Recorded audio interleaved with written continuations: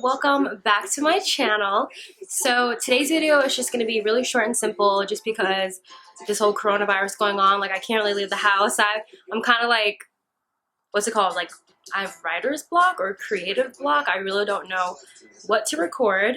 But basically, today's video is going to be about these beautiful knotless box braids that I did myself.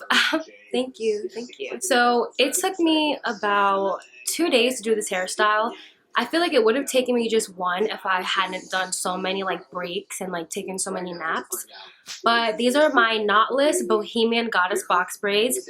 And basically what these are is that they don't have the knot at the top, as you can see. So they're very flexible in styling, and that's what I love about them. But I don't, hold on, I'm going way too fast. So basically what Knotless Goddess Bohemian box braids are is that they don't have the knot at the top, which makes it very flexible in styling. So there's no tension on your scalp, there's no like pulling, there's none of that like downtime that you have to wait with normal box braids where like it's so tight and then you have to wait like a week and you can't sleep, it's so uncomfortable. These literally straight off the bat, as soon as you get them done, they're automatically comfortable. I feel like, well, before I get into the pros and cons, I feel like I'm kind of rushing into it. But anyway, back to what I was talking about before. So Goddess, these are actually pretty long. Like, they actually go all the way down to my butt. I wanted them that long. So these have the little curly ends to them. And yeah, these have the curly ends to them. And then let me see if I could find, so for example, right, what makes it bohemian is this little curl that kind of comes out of the braid like that, if you can see. And I put that like sporadically throughout my hair, not as much as what other people would have put in it, because I know like when you see like bohemian braids, like people really go all out, like they really like it literally looks like they have like weave-in and not even braids. But I just wanted it to like kind of be subtle with the bohemian, not too much, because I just didn't want it to get tangled. So yeah, and I feel like my first time doing it, I did a pretty good job. But anyways, let's just get right into the video. So this is going to be the pros and the cons of knotless box braids. And also guys, I feel like knotless braids, for me at least, are way easier than doing box braids with the knot at the top. I felt like this was a little bit more easier, but some people can't really feed in the braid. I noticed that that's a struggle for some people, but for me it was just very easy to feed in the braid. But anyway, so I'm gonna start off with let's start off with the cons, because that's what everybody wants to hear. They want to hear the bad stuff first. So and trust me, there's not a lot of cons, but it's just something that you should be aware of.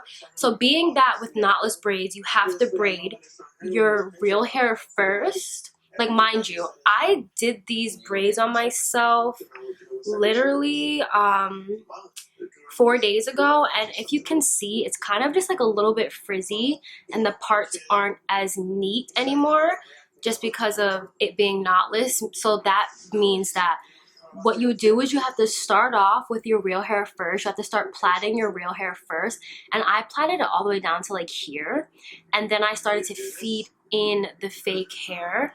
So when you start with your real hair first, your braids tend to get, like your real braids at the top, like your real hair, they tend to get frizzy more because it's your real hair, you know? So that's why I feel like it's very important that you wear a scarf. Like, I wear a scarf even when I'm not sleeping. Like, if I'm just like walking around the house, I will wear a scarf just because I know that these braids are, you know, like, so like for example, if you've only had knotless braids for a week, it'll kind of seem like you've had it for like 2 weeks or 3 weeks. That's how they get old quicker than normal box braids with the knot at the top, you know? Because with the knot at the top, right, your hair doesn't grow like that, you know? Like, your hair takes time to grow out, so that's how you know that they're old. With these, like, it's your real hair being braided first, you know? So yeah, so just know that like they get old quicker, so you have to get them redone more than you would have to get your box braids done. So that's one of the cons. What's another con? I wouldn't say it's a con, but I kind of just feel like there's more maintenance with knotless just because it's your natural hair first. And these are just for me. Like, I'm not gonna like you know, copy someone else's pros and con video. Like, these are just the cons for me that I've experienced. But I feel like the main one is mostly it being a little old quicker, and then the maintenance for them, you have to kind of upkeep with them a little bit more. So for example, redoing them because they get old quicker, taking care of your natural hair up top, always wearing a scarf, you know, it's just a little bit more maintenance with that.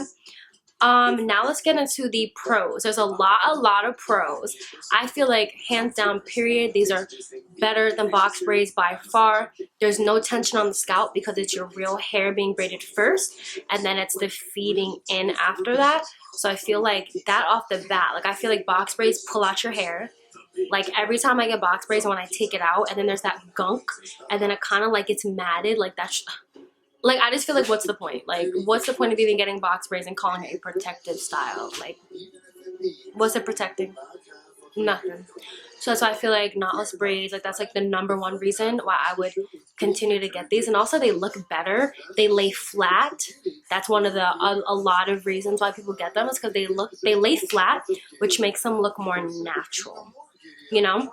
So it looks like it's just like an extension of my real hair, you know, because it's my real hair at the top, and then it just looks like an extension of my real hair because they lay flat. Like, they don't look bulky. Like, they literally, like, look how they lay so flat. So that's another pro.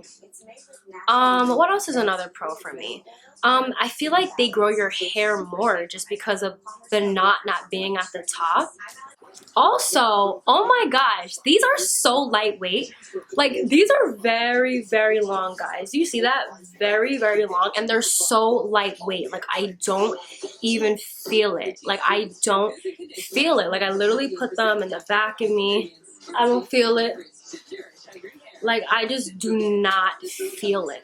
Also, it's very versatile when it comes to styling, and it just doesn't hurt. Like, you can put them back in a ponytail. You can put them in a high bun. Okay, this isn't gonna be the most perfect bun, but you get what I'm saying. Like, you can do so much with it. Ooh, ooh. It's like, come on, how do you not love these braids? Like, they're just completely lightweight. I personally feel like these will probably last me a month, maybe a little more than a month, and then I'm gonna have to redo them.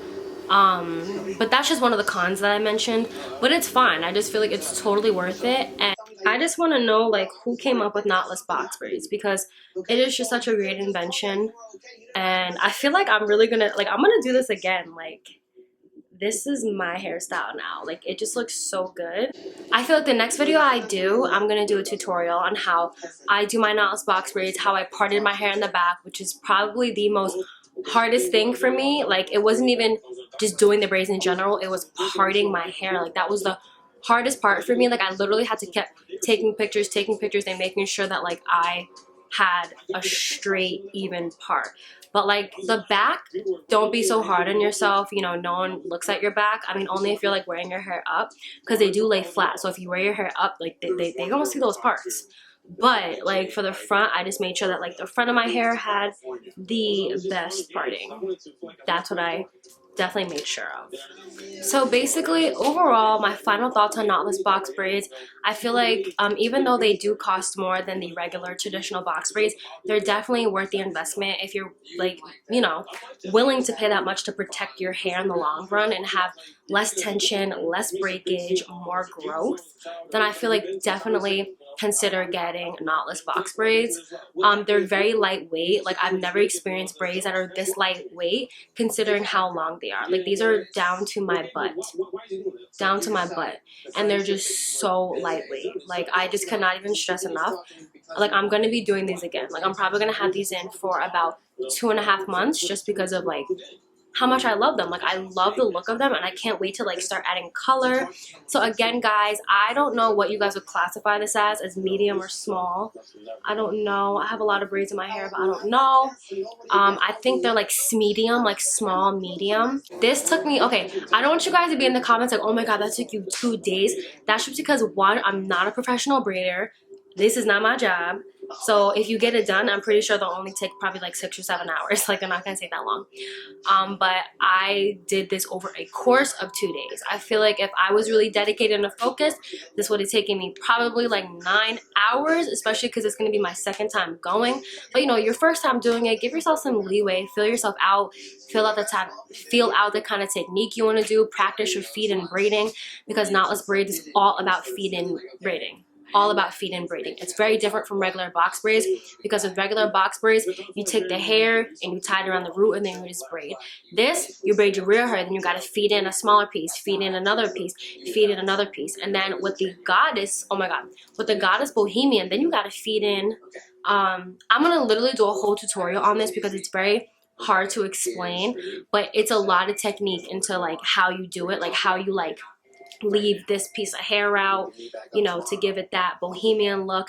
And then also the ends of my hair are curly because I got weave hair, and I fed in the weave hair to give it that curly weavy look at the end.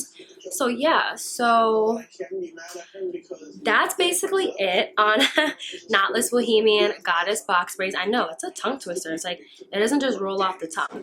But thank you guys so much for watching my video. I know it's been so long since I posted a video, and I know that I always say that every time I post a video. But thank you guys for tuning in. Don't forget to like, comment, and subscribe, and I'll see you in the next video. Bye!